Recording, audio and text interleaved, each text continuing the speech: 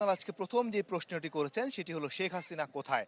এর জবাবে prosecution team থেকে বলা হয়েছে তারা সরকারের কাছ থেকে যে তথ্যটিকে আনতে পেরেছেন সেটি হলো যে শেখ হাসিনার বিষয়ে তাদের কাছে যে সবশেষ তথ্য সেটি হলো সরকার একটি বন্দি বিনিময় চুক্তির প্রক্রিয়া কথাবার্তা চালাচ্ছে ভারতের সাথে। শেখ হাসিনা ভারতে রয়েছেন এমন একটি তথ্য প্রসিকিউশন টিম থেকে ট্রাইব্যুনালকে জানানো হয়েছে এবং ইন্টারপোলের যে বিষয়টি রয়েছিল সেই ইন্টারপোলের বিষয়ে প্রসিকিউশন টিম বলেছে যে এটি এখনও প্রক্রিয়া সম্পন্ন করা সম্ভব হয়নি।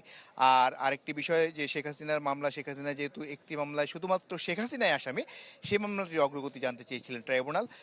প্রসিকিউশন টিম ট্রাইব্যুনালকে জানিয়েছেন যে এই মামলাটির তদন্ত প্রক্রিয়া চলমান এবং অনেক কিছু পাওয়া গেছে শেখ হাসিনার বিরুদ্ধে।